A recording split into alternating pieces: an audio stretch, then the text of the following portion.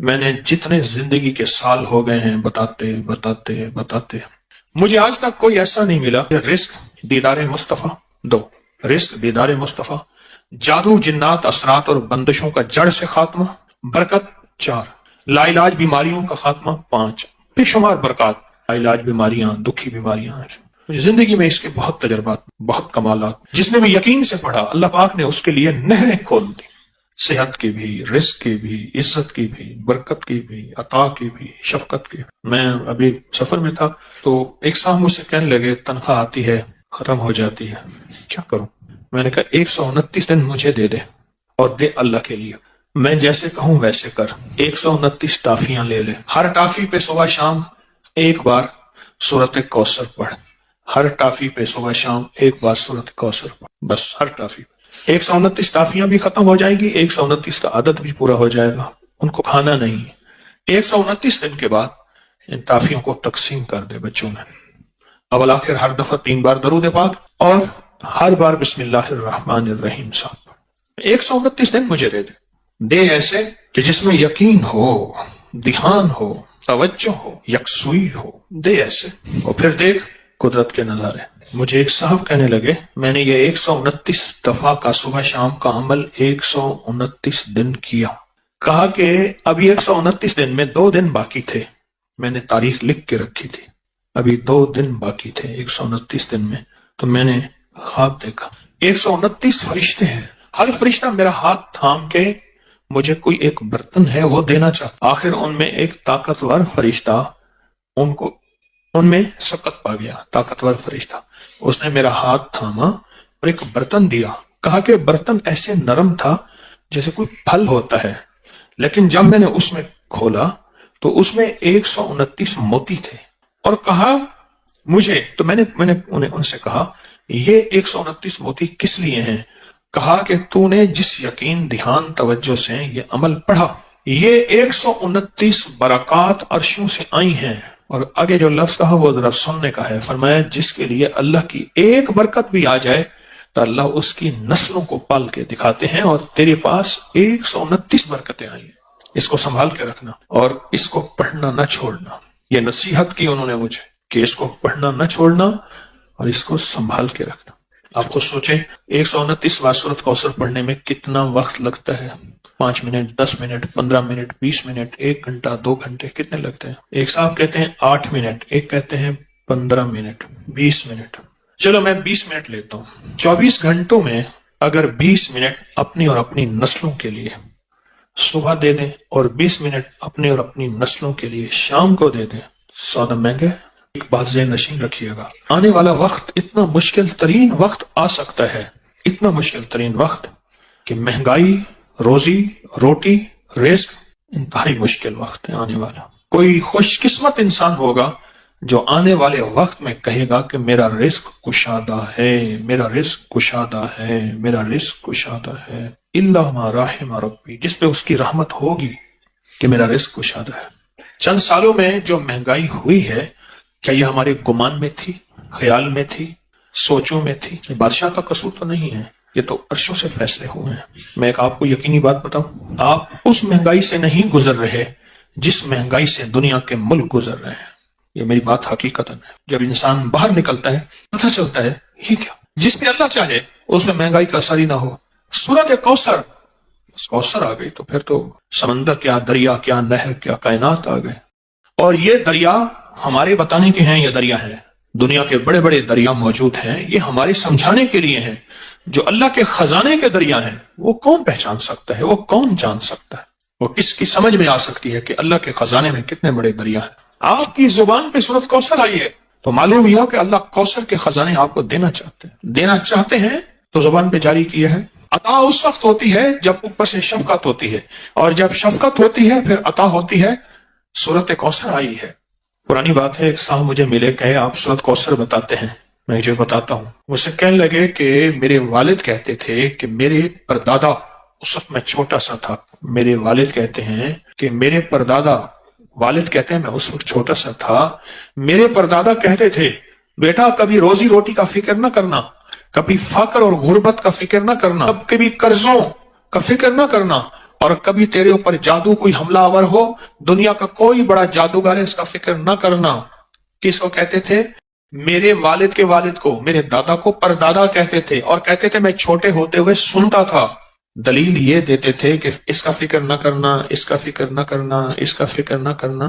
اس کی دلیل کیا دیتے تھے؟ دلیل یہ دیتے تھے کہ بیٹا میں نے سورۃ کوثر پڑھی ہے اور خوب پڑھی ہے، اور سورۃ کوثر میں یہ سارے وعدے موجود ہیں، اور میں نے اپنی نسلوں کی نیت کر کے پڑھی ہے۔ اللہ سچا، اس کے وعدے سچے، لہذا پریشان نہ ہونا۔ مجھ سے کہنے لگا کہ اب میں بوڑھا ہو رہا ہوں اور میرے پوتے ہو گئے ہیں۔ پھر اس نے نسلیں گنوائی، میرا پوتا، میرا بیٹا، میں 3، ابا 4، ابے کا ابا 5، اور وہ بتانے والا 6۔ کہا کہ 6 نسلوں میں یہ چیزیں نہیں ہیں جو وہ بابا کہے، 6 نسلوں میں یہ چیزیں نہیں ہیں۔ میں نے اللہ سے منوایا ہے، میں نے نسلوں کی نیت کر کے پڑھا ہے، میں نے اللہ سے منوایا ہے۔ جو بھی گڑ گڑا کے پڑھے گا، بھکاری بن کے پڑھے گا، محتاج بن کے پڑھے گا۔ دیکھیں ہم اللہ پاک کی بارگاہ میں اگر 129 بار سورۃ کوثر پڑھ لیں، اور یہ 129 جو حرف ہے نا، لطیف، لام، طا، یا اور فا، یہ اس کے عدد ہیں، یاد رکھیے گا۔ اللہ لطیف بعبادہ، اللہ کا نام جو لطیف ہے نا، جس کو ہم یا لطیف کہتے ہیں، اللہ کا نام جو لطیف ہے اس کے عدد ہیں 129۔ اگر آپ کہیں 129 لکھتے ہیں کسی نمبر کے طور پہ تو پوچھا کیوں لکھتے ہیں؟ کہا محض اس کا لطف و کرم ہے، یہ میرا کمال نہیں ہے۔ یہ جو 129 کے عدد ہے نا، میں آج آپ کو 129 کے عدد کی طاقت ذرا بتاؤں۔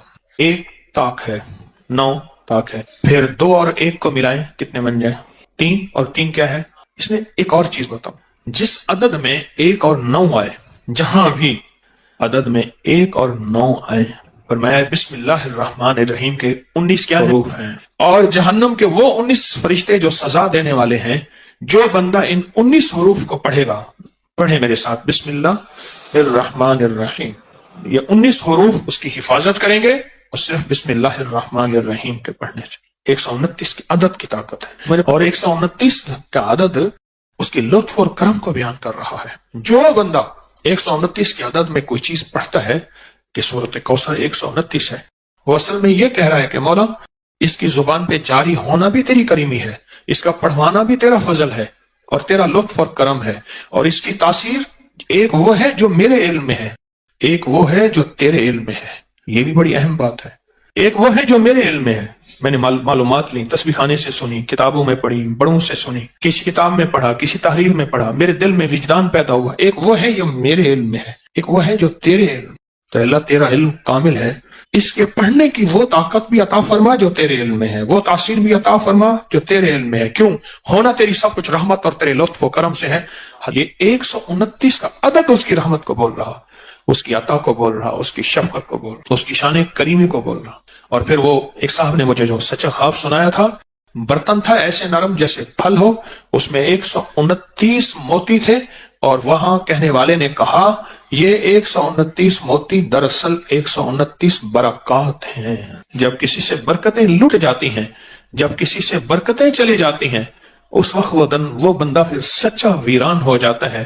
جب برکتوں کے دروازے کھلتے ہیں، پھر زمین اور آسمان کے خزانے اس کے لیے وسیع ہوتے ہیں۔ جب برکتوں کے دروازے کھلتے ہیں، بزرگ تھے دعا کر رہے تھے، بابا جی دعا کر رہے تھے کہ اللہ مجھ سے دولت چھین لینا، مجھ سے ملک اگر چھیننا ہے چھین لینا، اللہ مجھ سے صحت چھین لینا، میں شکوہ نہیں کروں گا، تیری عطا ہے، تو جس کو دے، جس سے لے لے، لیکن اللہ مجھ سے برکت نہ چھیننا۔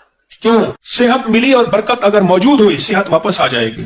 اگر برکت موجود ہوئی، دولت واپس آ جائے گی۔ اگر برکت موجود ہوئی، نعمتیں، اقتدار، عروج، کمال مجھے واپس مل جائے گا۔ لیکن 129 کے عدد میں برکت ہے۔ اگر یہ عدد کچھ نہیں تھے، پھر اللہ کہتا فجر پڑھو، کوئی فجر کی 20 پڑھتا رکعتیں۔ عشق والے ہوتے جو پڑھنے کھڑتے فجر، تہجد سے جو شروع کرتے فجر پڑھتے پڑھتے پڑھتے پڑھتے، جو مجھ جیسے کمزور ہوتے وہ 2-4 پڑھ لیتے۔ اگر عدد کچھ نہیں ہے پھر فجر 2 ہی کیوں ہے اور مغرب 3 کیوں ہے؟ اگر عدد کچھ نہیں ہے پھر 30 روزے کیوں ہیں؟ اگر عدد کچھ نہیں ہے تو 7 چکروں کو ایک طواف کیوں فرمایا؟ اگر عدد کچھ نہیں ہے تو 9 ذی الحجہ ہی حج کیوں ہے؟ 10 ہو جاتا، 8 ہو جاتا۔ عدد ہیں، عدد ہیں۔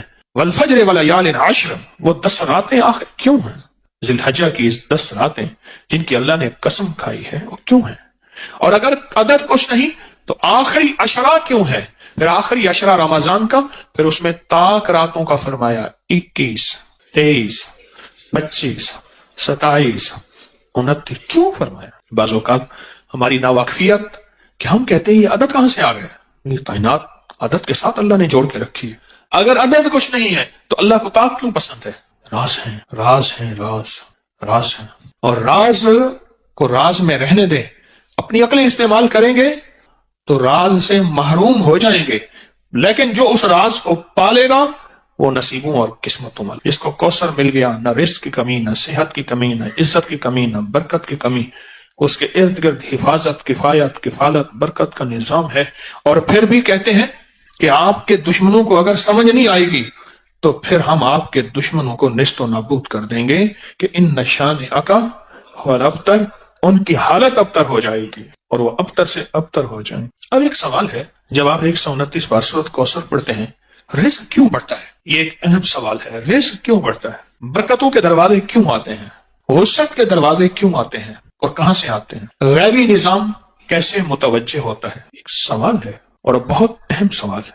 کچھ نادیدہ طاقتیں ہیں، یہ لفظ میرا غور سے سنیے گا، جو ہمارا رزق کھاتی ہیں، ہماری چیزیں کھاتی ہیں اور چھینتی ہیں۔ کچھ نادیدہ طاقتیں ہیں، کچھ نادیدہ طاقتیں جو ہمارا رزق اور ہماری چیزیں کھاتی ہیں۔ اس وقت جب اس پہ اللہ کا نام نہ لیا جائے، جب اس پہ اللہ کا نام نہ لیا جائے، وہ چیزیں ہمارا رزق کھاتی ہیں، ہمارا مال کھاتی ہیں، ہمارا سرمایہ کھاتی ہیں، ہمارا خون پیتی ہیں، ہمارا کھانا، ہمارا گوشت، چیزیں کھاتی ہیں۔ جب یہ کوثر پڑھتے ہیں نا تو سورۃ کوثر کی طاقتور حصار، طاقتور دیوار، سورۃ کوثر کا طاقتور حصار اور طاقتور دیوار، یہ ایک پل کے اندر ایسی دیوار آ جاتی ہے، ایسی بس ایک دیوار آ جاتی، اس کے ارد گرد دیکھی نہیں آتی۔ اچھا چلو، اگر دیوار کو میں انگریز کی زبان میں سجاؤں، نہیں، جیمر لگے ہیں، موبائل کی کال جو ہے سگنل نہیں آ رہے، جیمر لگے ہیں۔ وہ جیمر کی دیوار دکھاؤ کہاں ہے، دکھاؤ تو۔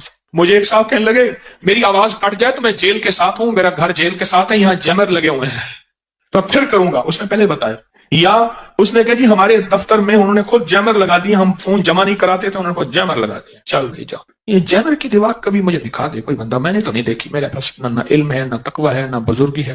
کوئی بندہ مجھے جیمر کی دیوار دکھائے، جو آخر دیوار ہوتی ہے نا جس سے ہمارے سگنل بند ہو جاتے ہیں۔ اللہ پاک جل شان ہو، اللہ پاک جل شان ہو اسی طرح جیمر لگا دیتا ہے ان چھیننے والی طاقتوں اور قوتوں کو۔ اور دنیا کے جیمر توڑنے کے لیے بھی طاقتیں موجود ہیں، لیکن رب کے جیمر کو کوئی نہیں توڑ سکتا۔ زندگی میں جب بھی کہیں مشکلیں آئی ہیں، جب بھی کہیں پریشانی آئی ہیں، جب بھی کہیں الجھنیں امت کو آئی ہیں، جب بھی کہیں اولاد نہیں ہے، رزق نہیں ہے، صحت نہیں ہے، عزت نہیں ہے، سکون نہیں ہے، چین نہیں ہے، راحت نہیں ہے، جادوؤں نے گھیر لیا، بندشوں نے تباہ کر دیا، حاسدین نے برباد کر دیا، مشکلوں نے سر چڑھ کے ہمیں جھکا دیا، حالات نے ہماری زندگی کو تنگ کر دیا۔ کوئی پریشانی کی ضرورت نہیں۔ مجھے کہنے لگے کہ ہمارے علاقے میں ایک صاحب ہیں، بابا جی ہیں، کوئی بھی مشکل ہو وہ بیٹھ کے سورۃ قل ہو اللہ پڑھاتے ہیں۔ ان کے پاس 7 کھانے لے جانے پڑتے ہیں، 7 کھانے لے جانے پڑتے ہیں، اور سورۃ قل ہو اللہ پڑھاتے ہیں بٹھا کے بندوں کو، اور ان کے لیے کھانے ضروری ہیں، کھانے اچھے ہوں، ایک سوٹ ہو، 7 کھانے ہوں، ایک خوبصورت تکیہ ہو، ایک کھیس اچھا بہترین بچھونا ہو، ایک بسترے کی چادر ہو، اور 7 کھانے ہوں۔ فرمایا وہ دیتے ہیں، لیتے ہیں، سورۃ قل ہو اللہ پڑھاتے ہیں، پھر بیٹھ کے دعا کرتے ہیں، بہت دیر تک دعا کرتے ہیں، لوگوں کی مشکلیں حل ہو جاتی ہیں، لوگوں کی پریشانیاں دور ہو جاتی ہیں۔ میں نے کہا کسی طرح بابا جی سے پتہ چلے گا وہ دعا کیا مانگتے ہیں۔ کہنے لگا وہ دعا کسی کو نہیں بتاتے، بس کہتے ہیں آؤ میرے ساتھ بیٹھ کے سورۃ قل ہو اللہ پڑھو، اول آخر درود پاک پڑھو اور سورۃ قل ہو اللہ پڑھو، وہ دعا کسی کو نہیں بتاتے۔ میں نے کہا کسی طرح پتہ کر وہ دعا کسی کو تجھے بتا دے۔ اس نے کہا پتہ کروں گا۔ کچھ عرصے کے بعد بندہ مجھے ملا، آتے ہی ایک کاغذ دیا، اور کاغذ دے کے مجھے کہنے لگا آپ کو یاد ہے آپ نے میری ایک ذمہ داری لگائی تھی، اور وہ ذمہ داری یہ لگائی تھی کہ ایک ہمارے ہاں بابا جی ہیں، ان کے پاس کوئی دنیا کی مشکل، پریشانی، الجھنیں، ناکامیاں، حالات، مسائل، بے اولادی، جادو، جنات، اثرات، بندشیں، کوئی بھی ہے، وہ مسئلے حل ہوتے ہیں، لیکن ان کی شرطیں یہ ہیں